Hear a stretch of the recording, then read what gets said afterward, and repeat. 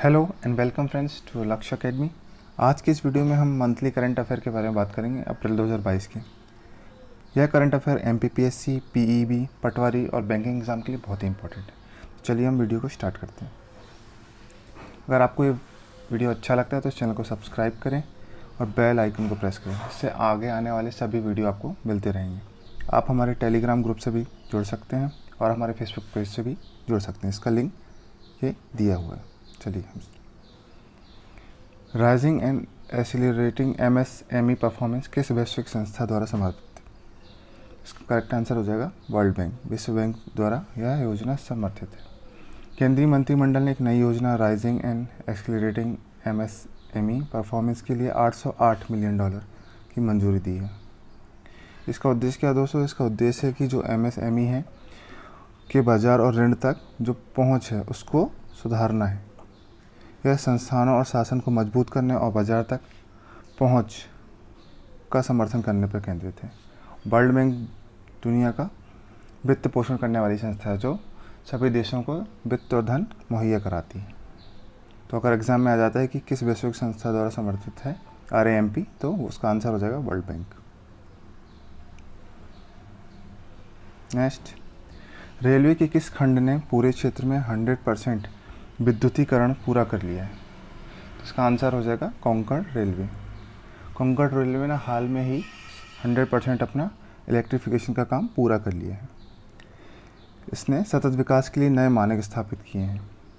जो कोंकण रेलवे है, महाराष्ट्र के रोहा और कर्नाटक के ठोकुर, जो दो जगह हैं, महाराष्ट्र के रोहा और कर्नाटक के ठोकुर के बीच जो अपना मार्ग था, कितना मार्ग था? 741 किलोमीटर लंबा मार्ग, उस पर पूरा रेलवे ने विद्युतीकरण कर लिया है। इस परियोजना की कुल लागत 1287 करोड़ रुपए आई है। तो ये इंपॉर्टेंट क्वेश्चन हो जाता है कि अभी हाल ही में रेलवे के किस खंड ने 100% अपना विद्युतीकरण पूरा किया है? काजीरंगा राष्ट्रीय उद्यान किस भारतीय नदी के किनारे स्थित है? ये बहुत ही इंपॉर्टेंट क्वेश्चन है, एग्जाम में पूछा जाता रहा है। इसका करेक्ट आंसर हो जाएगा ब्रह्मपुत्र। जो काजीरंगा राष्ट्रीय उद्यान है वो कहाँ है? वो असम में स्थित है। तो ये भी एक इम्पॉर्टेंट क्वेश्चन है।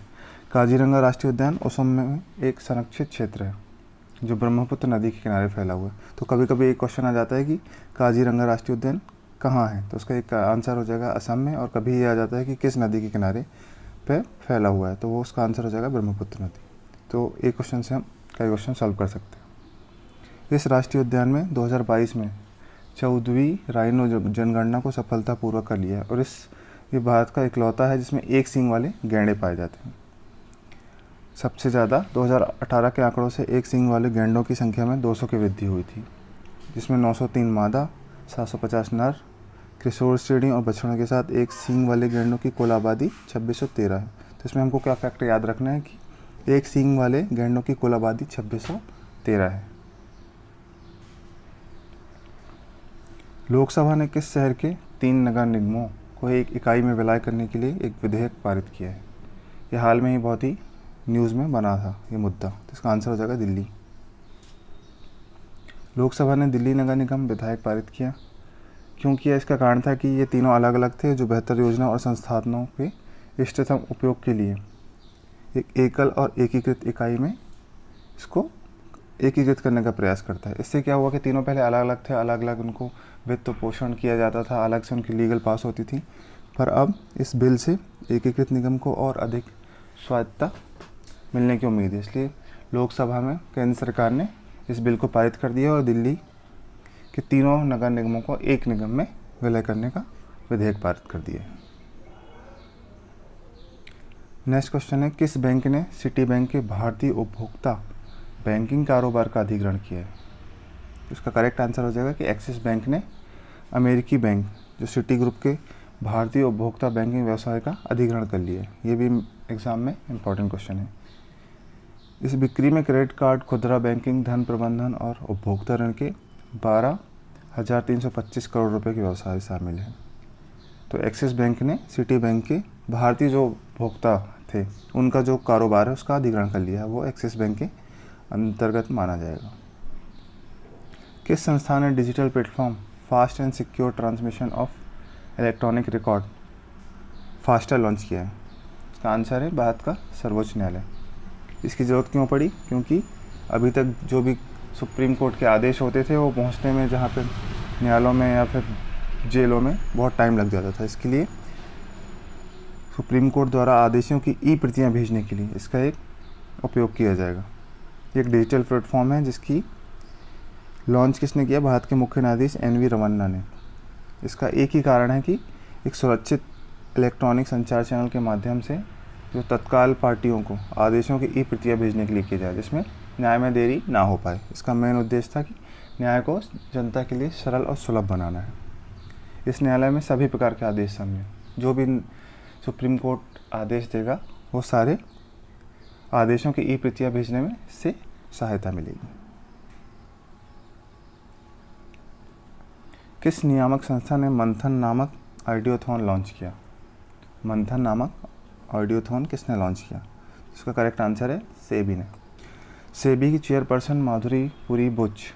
ये भी एक क्वेश्चन आ सकता है कि सेबी के भी हाल की ही चेयरपर्सन कौन है? तो इसका आंसर हो जाएगा माधुरी पुरी बुच ने BSE, NSE, NSDL, CDSL, KFintech, CAMS, Link Intime, MCX सहित जो विभिन्न संस्थानों के सहयोग से 6 सप्ताह तक चलने वाले ऑडियोथॉन मंथन का शुभारंभ किया।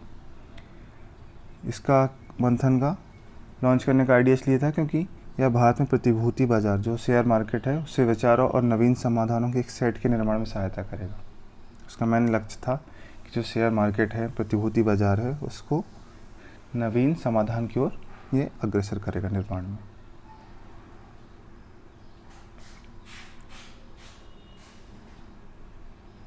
चलिए आगे नेक्स्ट क्वेश्चन देख लेते हैं। मैस आयनिक साइट और बामियन के बुद्ध जो हाल ही में खबरों में रहे किस देश में स्थित है?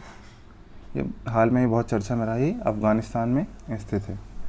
मैस आयनिक साइट और बामियन के बुद्ध अफ़गानिस्तान में स्थित है। अफ़गानिस्तान में अभी तालिबान का शासन है। उन्होंने घोषणा की है कि वह मैस आयनिक में प्राचीन जो बुद्ध प्रतिमाओं हैं उनको नष्ट नहीं करेगा, उनकी रक्षा करेगा। और इसी एरिया में तांबे की खनन साइट भी है जहां तालिबान चीनी निवेश की उम्मीद कर रहा है। जब तालिबान ने अफ़गानिस्तान पर शासन किया तो उसने बामियान को जो सदियों पुरानी बुद्ध की प्रतिमा थी उसको तोप, विस्फोट और रॉकेट का उपयोग करके नष्ट कर दिया था। लेकिन अब वो कह रहा है कि वह बुद्ध प्रतिमाओं की रक्षा करेगा। तो ये करंट अफेयर के हिसाब से महत्वपूर्ण है। किस एशियाई देश ने आर्थिक संकट के विरोध के बीच देशव्यापी सार्वजनिक आपातकाल की घोषणा की है? ये बहुत ही इंपॉर्टेंट क्वेश्चन है क्योंकि किसी भी एग्ज़ाम में पूछा जा सकता है कि हाल ही में किस एशियाई देश ने आपातकाल की घोषणा की। तो करेक्ट आंसर हो जाएगा श्रीलंका। श्रीलंका के जो राष्ट्रपति हैं गोताबाया राजपक्षे, उन्होंने अपने सबसे खराब आर्थिक संकट के विरोध के बीच सार्वजनिक आपातकाल की घोषणा कर दी है। यह आपातकाल 1 अप्रैल से तत्काल प्रभाव से लागू हो गया। आपातकाल के कारण जो श्रीलंका के निवासी हैं उनको ईंधन, रसोई गैस, कम आपूर्ति में आवश्यक वस्तुओं और लंबे समय तक बिजली कटौती का सामना करना पड़ रहा है। साजिबू नोंगमा पनबा किस भारतीय राज्य का पारंपरिक त्यौहार है? तो इसका करेक्ट आंसर हो जाएगा मणिपुर। साजिबू नोंगमा पनबा मणिपुर में एक धर्म है सनमा धर्म। उनके अनुयायियों द्वारा जो चंद्र नव वर्ष के रूप में मनाया जाता है। यह दिन ज़्यादातर सजीबों के चंद्र महीने के पहले दिन मनाया जाता है। मितेई जो जनजाति है मणिपुर की सबसे बड़ी जनजातियों में से एक, मितेई, यह उन लोगों द्वारा मनाया जाता है। ये उनका पारंपरिक त्यौहार है। जब भी सजाबू के चंद्र महीने के पहले दिन मनाया जाता है, ये नववर्ष के रूप में एक त्यौहार है। यूनिफाइड पेमेंट इंटरफेस सिस्टम ने वॉल्यूम के मामले में किस मील के पत्थर को पार किया है? तो जो UPI है उसने किस मील के पत्थर को पार किया? तो उसने क्या किया है? 500 करोड़ का आंकड़ा पार कर लिया है। इसका आंसर हो जाएगा 500 करोड़ के मील के पत्थर को क्रॉस कर लिया है। जो UPI है national payment corporation of India के अधीन चलता है। उन्होंने डाटा दिया है कि UPI ने वॉल्यूम के मामले में 500 करोड़ का आंकड़ा पार कर लिया है। इस साल मार्च में UPI मूल्य के लिहाज से 10 लाख करोड़ के मील के पत्थर को छूने के करीब था और इस साल मार्च तक लगभग 315 बैंक यूपीआई प्लेटफॉर्म पे लाइव थे। यूपीआई क्या है? रियल टाइम पेमेंट सिस्टम है। किसके द्वारा बनाया गया है? कभी क्वेश्चन आ जाता है कि एनपीसीआई द्वारा, रियल टाइम पेमेंट सिस्टम, जिसका आजकल हम फ़ोन पे, गूगल पे, भीम इसके द्वारा उपयोग करके पैसे रिसीवर से सेंडर तक भेज सकते हैं। किस शहर ने global collaboration advanced vaccinology training बैठक की मेज़बानी की? इसका आंसर आ जाएगा जेनेवा में ये बैठक हुई थी। इसका एक उद्देश्य था कि दुनिया भर में जो स्वास्थ्य कर्मियों के लिए एक बुनियादी वैक्सीनोलॉजी प्रशिक्षण मॉड्यूल की आवश्यकता पर चर्चा की गई, क्योंकि जो स्वास्थ्य कर्मी हैं उनको भी वैक्सीन लगना बहुत ही इम्पोर्टेंट है, जिसके कारण वो दूसरों को रोग से बचा पाएंगे। कौन सी भारतीय अरबपति देश में Hurun richest self made women in the world 2020 में शीर्ष पर है? तो अभी हाल में ही हुरून ने अपनी रिच लिस्ट जारी की है, जिसमें फाल्गुनी नायर, जी हाँ, फाल्गुनी नायर को सबसे अमीर भारतीय बन गई हैं। फाल्गुनी नायर जो भारत की नंबर 1 महिला अरबपति जो किरण मजूमदार सो थे उनको पछाड़कर सबसे अमीर स्वनिर्मित महिला बन गई हैं, मतलब सेल्फ मेड बिलियनियर कहते हैं जिसको, वो बन गई हैं। ये नायका कंपनी से संबंधित हैं। नायका महिलाओं के प्रोडक्ट बनाती हैं, ऑनलाइन ई कॉमर्स वेबसाइट है। इसमें 3 और भारतीय महिला भी हैं, जिसमें नायका की फाल्गुनी नायर, बायोकॉन की किरण मजूमदार शाह और जोहो की राधा बेम्बू। ये तीनों ही अरबपतियों की नवीनतम हुरून सूची में शामिल हैं। तो कभी ये क्वेश्चन आ जाता है कि फाल्गुनी नायर कौन है, तो वो नायका की सीईओ हैं। किस भारतीय राज्य ने राज्य जैव विविधता रणनीति और कार्य योजना विकसित करने के लिए WWF इंडिया के साथ एक समझौते पर हस्ताक्षर किए हैं? आंसर है अरुणाचल प्रदेश के साथ राज्य जैव विविधता रणनीति विकसित करने के लिए WWF ने समझौते पर हस्ताक्षर किए हैं।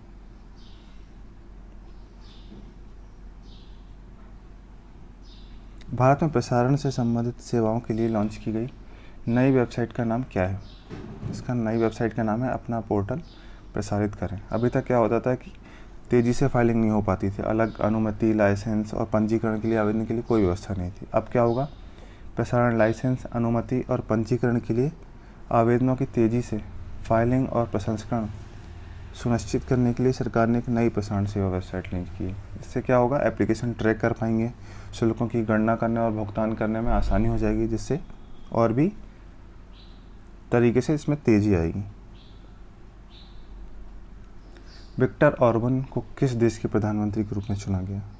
तो विक्टर ऑर्बन को हंगरी के प्रधानमंत्री के रूप में चुना गया। ये लगातार चौथे कार्यकाल में के लिए सेलेक्ट किए गए। 58 वर्षीय पुतिन समर्थित नेता 2010 से ही देश का नेतृत्व कर रहे हैं, मतलब 2010 से ही हंगरी में प्रधानमंत्री के रूप में वह अपनी नेतृत्व कर रहे हैं। वह 1989 में साम्यवाद के पतन के बाद देश के सबसे लंबे समय तक सेवा करने वाले नेता हैं। जो हंगरी के प्रधानमंत्री हैं वो 1989 में सबसे ज़्यादा लंबे समय तक सेवा करने वाले नेता भी हैं।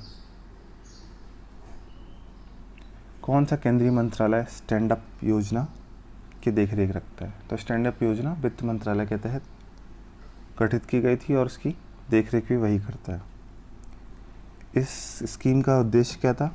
इसका उद्देश्य महिलाओं, अनुसूचित जातियों और अनुसूचित जनजातियों के बीच उद्यमशीलता को बढ़ावा देना था। स्टैंड अप का मतलब ही होता है कि खड़ा करना अपना व्यवसाय, बिजनेस। उनके लिए था महिलाओं, ST SC, ताकि वो मेन स्ट्रीम में आ सकें। गणगौर महोत्सव मुख्य रूप से किस भारतीय राज्य में मनाया जाता है? तो गणगौर जो महोत्सव है वो राजस्थान में मनाया जाता है। राजस्थान पर्यटन विभाग ने कोविड-19 महामारी के कारण 2 साल के अंतराल के बाद इस उत्सव का आयोजन किया। अभी तक ये बंद था कोविड के कारण, लेकिन इस साल ये 3 अप्रैल से शुरू हुआ है, जो 18 दिन तक चलता है। रिकी केज और फाल्गुनी शाह ने हाल ही में कौन सा पुरस्कार जीता है? तो इसका आंसर हो जाएगा ये दोनों ही इंडियन हैं, इन्होंने ग्रैमी अवार्ड्स जीते हैं। ग्रैमी अवार्ड्स क्यों दिया जाता है? ग्रैमी अवार्ड संगीत के क्षेत्र में दिया जाता है। 64वें वार्षिक ग्रैमी पुरस्कार के विजेताओं में 2 भारतीय संगीतकार शामिल हैं। दोनों ही संगीतकार हैं। संगीतकार रिकी केज ने अपना दूसरा ग्रैमी पुरस्कार जीता, मतलब इन्होंने इसके पहले भी एक पुरस्कार जीता था। उन्होंने अपने एल्बम डिवाइन टाइड्स के लिए स्टीवर्ट कोपलैंड के साथ संयुक्त रूप से बेस्ट न्यू एज एल्बम का पुरस्कार जीता। तो क्वेश्चन क्या आ सकता है कि एक क्वेश्चन तो ऐसा आ सकता है कि भारत के किन दो व्यक्तियों ने ग्रैमी अवार्ड जीता, तो उसका आंसर हो जाएगा रिकी केज और फाल्गुनी शाह। और दूसरा आ सकता है कि जो रिकी केज ने वो उनका एल्बम किस एल्बम के लिए उनको ग्रैमी अवार्ड्स मिला, तो उसका आंसर हो जाएगा डिवाइन टाइड्स। क्या हो जाएगा दोस्तों? Divine tides. तो हमको ऐसे भी याद रखना है कि एक चीज़ नहीं, उससे कई क्वेश्चन बन सकते हैं। और दूसरा है भारतीय अमेरिकी गायिका गीतकार फाल्गुनी शाह, जिन्हें फालू भी कहा जाता है। उन्होंने उनका एल्बम था अ कलरफुल वर्ल्ड के लिए सर्वश्रेष्ठ बाल संगीत एल्बम श्रेणी में जीता। तो ये क्वेश्चन भी आ सकता है कि ए कलरफुल वर्ल्ड के लिए किसको ग्रैमी अवार्ड मिला, तो उसका आंसर हो जाएगा फाल्गुनी शाह। प्रकृति, जिसे हाल में ही लॉन्च किया गया, किस क्षेत्र में जागरूकता पैदा करने के लिए मैस्कॉट है या शुभंकर है? इसका करेक्ट आंसर है प्लास्टिक प्रदूषण को रोकने के लिए केंद्रीय पर्यावरण मंत्री भूपेंद्र यादव ने इसको लॉन्च किया है। इसलिए लॉन्च किया है कि जो जीवन में छोटे बदलावों के बारे में जागरूकता फैलाता है, प्लास्टिक प्रदूषण को रोक सकता है। यह देश में प्रभावी प्लास्टिक अपशिष्ट प्रबंधन सुरक्षित करने के लिए केंद्रीय प्रदूषण नियंत्रण बोर्ड और के द्वारा जो विभिन्न हरित पहले अभी तक की गई उसके बारे में बताता है, लोगों को जागरूक करता है कि हमें प्लास्टिक प्रदूषण से कैसे बचना चाहिए और उसको कैसे रोका जाना चाहिए। किस देश ने हाइड्रोजन जलाकर ग्रीन स्टील का उत्पादन करने के लिए एक पायलट प्रोजेक्ट शुरू किया? इसका करेक्ट आंसर हो जाएगा स्वीडन ने ग्रीन स्टील का उत्पादन करने के लिए अभी तक क्या यूज़ करते थे? कोयला जलाकर, पर स्वीडन ने हाइड्रोजन जलाकर ग्रीन स्टील का उत्पादन करने के लिए पायलट प्रोजेक्ट शुरू किया। इसका आंसर है कि कोकिंग कोल की जगह हाइड्रोजन का इस्तेमाल किया जाएगा, क्योंकि कोकिंग काल में बहुत ज़्यादा वायु का प्रदूषण होता है, इसलिए एक ग्रीन हरित हाइड्रोजन को जलाकर इस प्रोजेक्ट को शुरू किया गया। वर्ल्ड स्टील एसोसिएशन के अनुसार उत्पादित प्रत्येक मीट्रिक टन स्टील से दुगना कार्बन डाइऑक्साइड उत्सर्जित होता है। मतलब जितने भी टन स्टील होता है उससे दुगना कार्बन डाइऑक्साइड उत्सर्जित होता है। तो इसको रोकने के लिए एक पायलट प्रोजेक्ट के रूप में ये चालू किया है। देखते हैं कि ये कितना सफल होता है। हाल ही में खबरों में रही ब्लू नाइल नदी का उद्गम किस देश से होता है?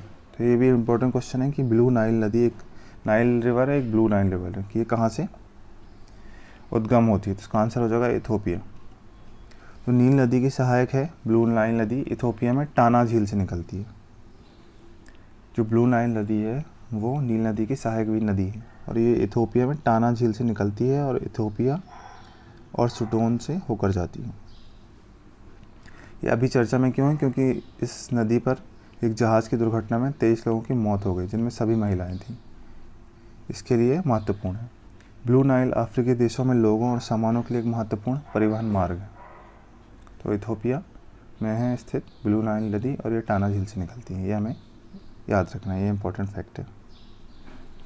एशियाई विकास आउटलुक 2022 के अनुसार 2023-24 में भारत की अनुमानित विकास दर क्या है? इसका आंसर है 8%।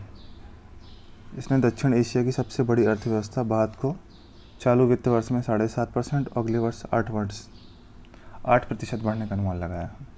जो एशियन डेवलपमेंट आउटलुक है उन्होंने 2023 और 24 में 8% की कही। अभी हाल के करंट वर्ष में 7.5% की दर से बढ़ने का अनुमान लगाया। किस राज्य में पायलट प्रोजेक्ट के रूप में वन हेल्थ फ्रेमवर्क शुरू किया गया है? तो उत्तराखंड सरकार द्वारा पशुपालन और डेयरी विभाग द्वारा वन हेल्थ सपोर्ट यूनिट को लागू करने के लिए एक पायलट प्रोजेक्ट शुरू किया गया। इसका मुख्य उद्देश्य क्या है कि कार्यान्वयन की सीख के आधार पर एक राष्ट्रीय स्वास्थ्य रोडमैप विकसित करना है। इसका एक राष्ट्रीय स्वास्थ्य रोडमैप विकसित करना है इसका प्रमुख लक्ष्य। चौथे भारत अमेरिका 2+2 मंत्री स्तरीय संवाद का मेजबान कौन सा शहर है? तो उसका आंसर है वाशिंगटन। रक्षा मंत्री राजनाथ सिंह अपनी 5 दिवसीय अमेरिकी यात्रा के तहत वाशिंगटन डीसी पहुंचे। इस यात्रा में भारत अमेरिका जो 2+2 डायलॉग है, मंत्री स्तरीय वार्ता भी कहते हैं जिसको, वो आयोजित की जाएगी। इसमें रक्षा मंत्री राजनाथ सिंह के अलावा विदेश मंत्री एस जयशंकर और उनके संबंधित अमेरिकी समकक्षों के बीच बैठक शामिल है। यह हर साल होती है। माधवपुर मेला किस राज्य में मनाया जाने वाला सांस्कृतिक मेला है? माधवपुर मेला गुजरात में मनाया जाता है। यह गुजरात के माधवपुर के तटीय गांव में 5 दिवस तक चलने वाला सांस्कृतिक मेला है। इसमें राष्ट्रपति रामनाथ कोविंद ने इसका उद्घाटन किया। यह मेला रुक्मणी के साथ भगवान श्री कृष्ण के विवाह का जश्न मनाता है। यह मेला मुख्यतः रुक्मणी और भगवान श्री कृष्ण के विवाह का जश्न मनाने के लिए आयोजित किया जाता है। 5 दिन तक चलता है और राष्ट्रपति रामनाथ कोविंद ने इसका उद्घाटन किया। अविश्वास प्रस्ताव के बाद पाकिस्तान के 23वें प्रधानमंत्री के रूप में किसे चुना गया है?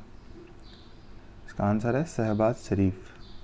पाकिस्तान मुस्लिम लीग के नेता शहबाज शरीफ ने अपने पूर्ववर्ती इमरान खान के खिलाफ अविश्वास प्रस्ताव पेश किए जाने के बाद पाकिस्तान के नए प्रधानमंत्री की शपथ ली।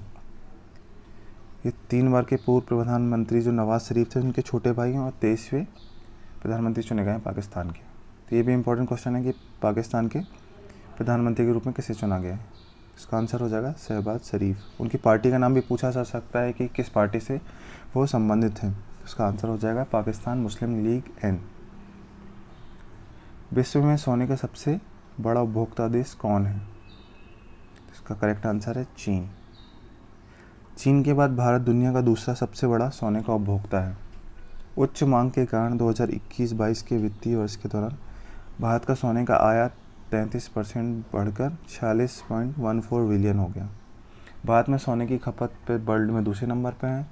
भारतीय महिलाओं और गृहिणियों द्वारा सोना खासतौर पर पसंद किया जाता है, जिसके कारण इसका उपभोग बढ़ जाता है भारत में।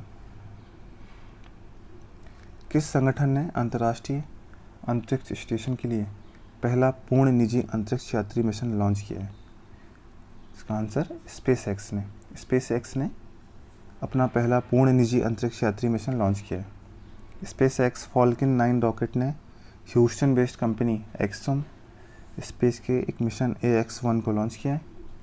यह अंतर्राष्ट्रीय अंतरिक्ष स्टेशन के लिए पहला पूरी तरह से निजी अंतरिक्ष यात्री मिशन है। तो ये इम्पोर्टेंट है कि किस कंपनी ने पहला निजी अंतरिक्ष यात्री मिशन लॉन्च किया है। इसका आंसर हो जाएगा स्पेसएक्स। प्रधानमंत्री संग्रहालय किस शहर में स्थित है? तो ये भी हाल में ही प्रधानमंत्री नरेंद्र मोदी ने इसका उद्घाटन किया। ये नई दिल्ली में स्थित है। इसमें 3D जितने आज तक के जितने प्रधानमंत्री उनके जीवन गाथाएँ उनकी उपलब्धियों को दर्शाया गया है। इसमें कुल 43 दीर्घा हैं जिसमें अलग अलग प्रधानमंत्रियों की उपलब्धियों पर यह प्रकाश डालता है। तो ये इंपॉर्टेंट क्वेश्चन है, ये आ सकता है कि प्रधानमंत्री संग्रहालय कहाँ स्थित है।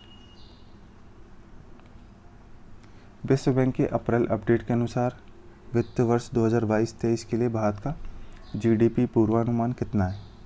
तो इसका आंसर है 8%। हाल ही में खबरों में रहा मोस्कवा किस देश का प्रसिद्ध युद्ध पोत है? तो मोस्कवा एक रूस में नदी है जिसके नाम से इसको बनाया गया। इसका नाम है रूस।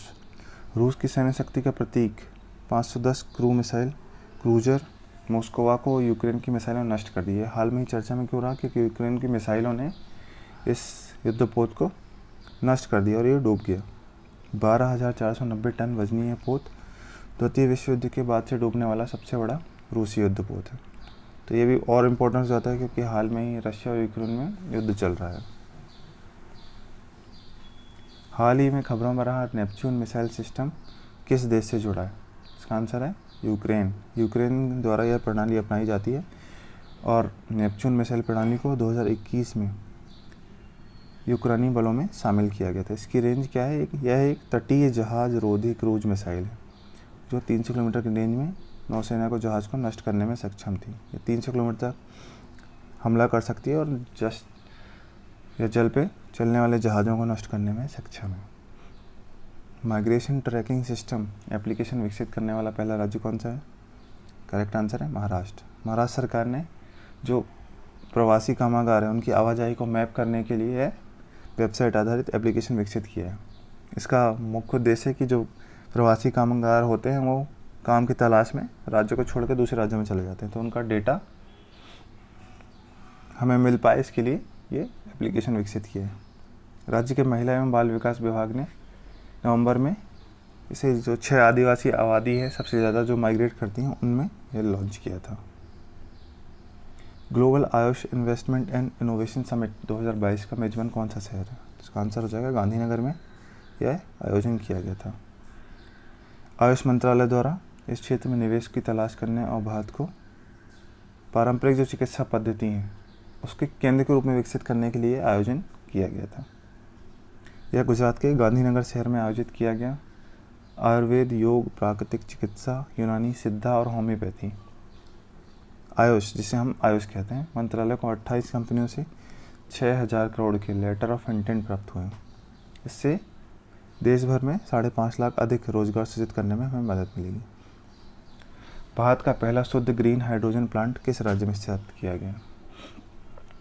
इसका आंसर हो जाएगा असम में भारत का पहला शुद्ध ग्रीन हाइड्रोजन प्लांट स्थापित किया गया। इसको ऑयल इंडिया लिमिटेड ने इस संयंत्र को कमीशन किया है। दूसरी सबसे बड़ी राष्ट्रीय उत्पादन अन्वेषण फर्म OIL ने जोरहाट पंप स्टेशन पर इस हाइड्रोजन संयंत्र की स्थापना की है। इसकी क्षमता क्या है? 10 किलो हाइड्रोजन उत्पादन की क्षमता है प्रतिदिन। पृथ्वी दिवस की थीम क्या थी? पृथ्वी दिवस की थीम थी इन्वेस्ट इन आवर प्लानेट। ये रहा, हमारे ग्रह में निवेश करें, लोगों के पर्यावरण की रक्षा करने, जो क्षतिग्रस्त पारिस्थितिक तंत्र को बहाल करने और अधिक टिकाऊ जीवन जीने के लिए संवेदनशील बनाने के लिए 22 अप्रैल को यह हर साल पृथ्वी दिवस मनाया जाता है। पृथ्वी दिवस 1970 से अभी तक मनाया जा रहा है।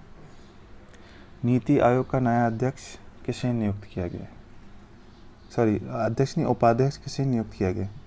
इसका आंसर हो जाएगा सुमन के बेरी। डॉक्टर सुमन के बेरी को नीति आयोग का नया उपाध्यक्ष नियुक्त किया गया है। वह डॉक्टर राजीव कुमार का स्थान लेंगे। किस अरबपति ने global micro blogging platform Twitter को खरीदने का सौदा किया है? इसका करेक्ट आंसर हो जाएगा एलोन मस्क। उन्होंने 44 बिलियन डॉलर के अधिग्रहण प्रस्ताव पर सहमति व्यक्त की है। फोर्ब्स मैगजीन के अनुसार एलोन मस्क 2.73 बिलियन डॉलर के अनुमानित संपत्ति के साथ दुनिया के सबसे अमीर व्यक्ति हैं। तो इसमें 2 क्वेश्चन हैं कि दुनिया के सबसे अमीर व्यक्ति एलोन मस्क की संपत्ति कितनी है और उन्होंने हाल में ही ट्विटर को खरीद लिया 44 बिलियन डॉलर में। इसके अलावा वह वाहन निर्माता कंपनी टेस्ला और एयरोस्पेस फर्म SpaceX भी चलाते हैं। लैंडिंग के दौरान गगन उपग्रह आधारित नेविगेशन प्रणाली का उपयोग करने वाली एशिया की पहली एयरलाइन कौन है? तो वो उसका इंडिगो गगन आधारित नेविगेशन प्रणाली का उपयोग करने वाली पहली एयरलाइन बन गई है। गगन क्या है? गगन एक उपग्रह, भारत द्वारा जो विकसित उपग्रह आधारित नेविगेशन सिस्टम गगन है, जैसे अभी हम GPS का उपयोग करके सुदूर उपग्रह आधारित नेविगेशन सिस्टम का उपयोग करते हैं, लेकिन भारत ने स्वदेशी रूप से अपना गगन का विकास करके यह सिस्टम बनाया। इस प्रणाली को भारतीय विमानपत्तन प्राधिकरण AAI और भारतीय अंतरिक्ष अनुसंधान संगठन मतलब AAI और इसरो द्वारा से संयुक्त रूप से बनाया गया है। यह क्या करता है? यह अपलिंक स्टेशनों की मदद से जो हवाई यातायात प्रबंधन है उसमें ग्लोबल पोजीशन सिस्टम के सिग्नल में सुधार प्राप्त करता है। ये लैंडिंग के लिए जब कोहरा बरसात में ये बहुत ही स्पष्ट तरीके से परिचालन की सुविधा प्रदान करता है।